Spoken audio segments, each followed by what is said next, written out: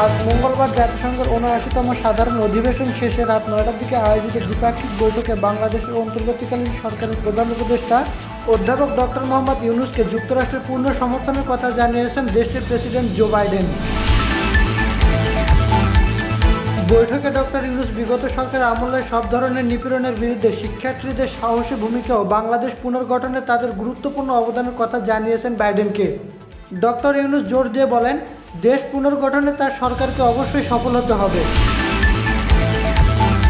এ সময় মার্কিন president Joe Biden যে কোনো প্রয়োজনে বাংলাদেশ সরকারের পাশে থাকার আশ্বাস দেন।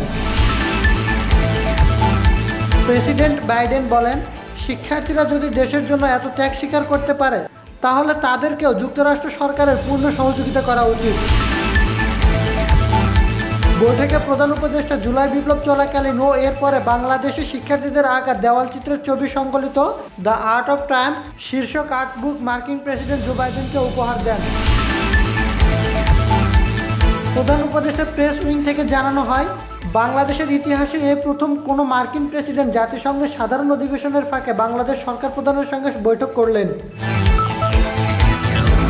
রিফাতুল ইসলাম, স্কাই চ্যানেল।